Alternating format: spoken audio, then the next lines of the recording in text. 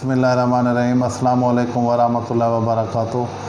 आज हम सीखने और जानने की कोशिश करेंगे कि एतराफ़ जुर्म क्या होता है, इसकी कितनी अक़साम हैं और इसको कहाँ पे इसका बयान रिकॉर्ड करना चाहिए और ज़ाब्ता फ़ौजदारी के तहत ये कौन सा सेक्शन डील करता है।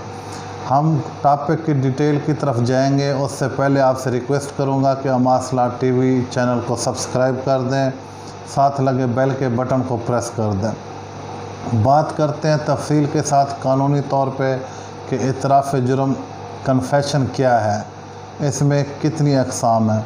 जब एक बंदा जुर्म कर ले, गलती कर ले, गुनाह कर ले और उसको तस्लीम करे, उसका इतराफ़ करे तो वो कन्फेशन कहलाता है, एतराफ़ जुर्म कहलाता है।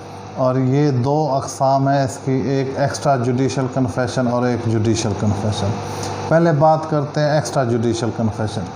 ये थाने में पुलिस ऑफिसर के सामने, इंक्वायरी ऑफिसर के सामने, ड्यूटी ऑफिसर के सामने मुलज़म करता है और इसकी कानून में कोई हैसियत नहीं है। इस एतराफ़ जुर्म के जो है बिना पे मुलज़म को कोई ख़ास सज़ा भी नहीं दी जा सकती। दूसरा एतराफ़ जुर्म होता है पंचायत में, प्राइवेट आदमी के सामने, किसी पब्लिक प्लेस पे, तो उसकी भी कानूनी हैसियत कोई नहीं है। अब हम आते हैं जुडिशल कन्फेशन की तरफ, जो CrPC अंडर सेक्शन 164 के तहत जो है किया जाता है और वो जुडिशल मजिस्ट्रेट साहब की अदालत में होता है। जुडिशल मजिस्ट्रेट साहब बयान रिकॉर्ड करते हैं, मुलज़म एतराफ़ जुर्म करता है तो इसकी कानूनी हैसियत भी है, इसके बयान रिकॉर्ड करने के बाद उसको सज़ा भी होती है। इसका प्रॉपर तरीका क्या है? प्रॉपर तरीका ये है कि जब पुलिस वाले मुलज़म को कमरा अदालत में लेके आएंगे तो उसकी हथकड़ी सबसे पहले खोलेंगे, उसके बाद मौजूद अदालत हुक्म फरमाएंगी कि पुलिस ऑफिसर जितने भी हैं, जो भी हैं, वो कमरा अदालत से बाहर चले जाए। फिर मुलज़म को तसल्ली बख्श टाइम दिया जाएगा सोचने का, इज़्ज़त के साथ बिठाया जाएगा। बाद औक़ात जज साहब हुक्म फरमाते हैं कि उसको बैठने के लिए कुर्सी भी मुहैया की जाए। फिर उस बंदे को वो जुर्म के बारे में बताया जाता है कि आपने क्या जुर्म किया है, उसकी क्या सज़ा है, आपको क्या नुकसान हो सकता है, अगर आप एतराफ़ जुर्म नहीं करते तो इन फ्यूचर ट्रायल होता है तो आपको क्या फ़ायदा हो सकता है।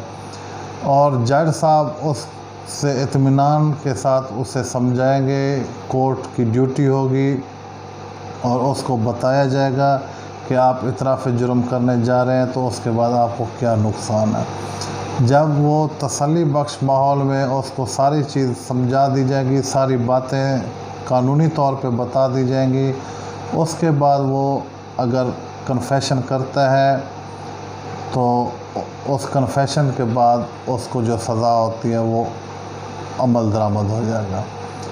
अब एक बंदा जज्बाती हो जाता है या किसी प्रेशर में आ जाता है या लालच में आ जाता है या उसको धमकाया जाता है और वो एतराफ़ जुर्म करने के वक्त जज साहब को ये इनमें से कोई बात बता देता है तो फिर जज साहब स्टेटमेंट रिकॉर्ड नहीं करता है और वो कहता है कि ऐसी कोई सूरत नहीं है, तो फिर जज साहब एक उसके बयान रिकॉर्ड करते हैं, साथ नोट लगाते हैं कि जी उस बंदे ने अपना जो जुर्म किया था उसका एतराफ़ किया है और उसने तसल्ली के साथ बयान दिया।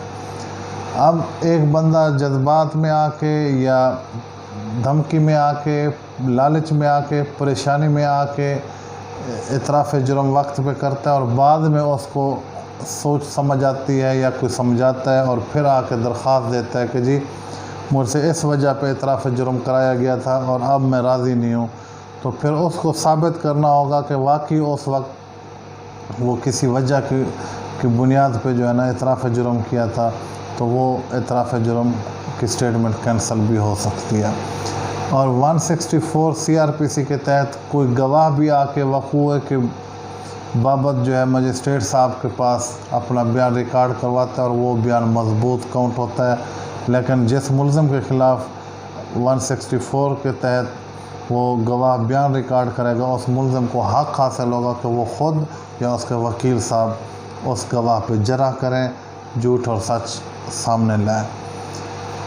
اس کے ساتھ ساتھ جو اعتراف جرم کرنے والا ہے اس کا یہ بھی حق ہوگا کہ وہ جو اپنا بیان ریکارڈ کراتا ہے تو وہ فری ویل کے ساتھ اپنا بیان ریکارڈ کرائے گا، اور اس کو کسی قسم کا کوئی جو ہے پریشرائز نہیں کیا جائے گا، کوئی تشدد کی وجہ سے نہیں کرے گا، کوئی دھمکی نہیں ہوگی، اور ملزم کو جو ہے نا ریلیکس ماحول میں آزاد سوچ کے تحت اعتراف جرم کرنے کے لیے قانون اجازت دیتا ہے۔ اب یہ جو بیان ہے 164 کا اعتراف جرم کا، یہ جب ہو جاتا ہے تو اس کی جو سزا ہے پھر اس پہ امپلیمنٹ ہوتا ہے، اور یہ کوئی نیا قانون نہیں ہے، یہ حضور پاک صلی اللہ علیہ وآلہ وسلم کے دور کا قانون ہے۔ اعتراف جرم اس وقت بھی ایک صحابی رسول نے گناہ کرنے کے بعد آ کر آپ صلی اللہ علیہ وآلہ وسلم کی بارگاہ میں حاضری دی اور عرض کیا کہ یا رسول اللہ صلی اللہ علیہ وآلہ وسلم، مجھ سے گناہ ہو گیا ہے، میں اعتراف کرتا ہوں اور جو اس کی شرعی سزا ہو اس کے لیے میں حاضر ہوں۔ تو حضور پاک صلی اللہ علیہ وآلہ وسلم نے منہ پھیر لیا، اور حضور پاک صلی اللہ علیہ وسلم کے منہ پھیرنے کی مصلحت یہ تھی کہ جو گناہ ہو گیا اللہ پاک اس پہ پردہ ڈالے اور صحابی رسول گناہ کی معافی مانگے۔ اعتراف جرم جو ہے یہ کوئی اچھا عمل نہیں ہے، بلکہ اچھا عمل یہ ہے کہ کسی سے غلطی سرزد ہو جائے تو اس کو معاف کر دینا، یہ سب سے اچھا عمل ہے۔ دعا ہے کہ ہمیں اللہ پاک گناہوں سے بچائے رکھے، غلطیوں سے بچائے رکھے اور ان مصیبتوں سے بچائے رکھے۔ امید ہے کہ آپ کو آج کا یہ جو لیکچر ہے اعتراف جرم قانونی طور پہ سمجھ بھی آیا ہوگا، پسند بھی آیا ہوگا، اور آپ سے گزارش ہے کہ اس کو پاس آن کریں، اپنے دوستوں تک پہنچائیں۔ شکریہ۔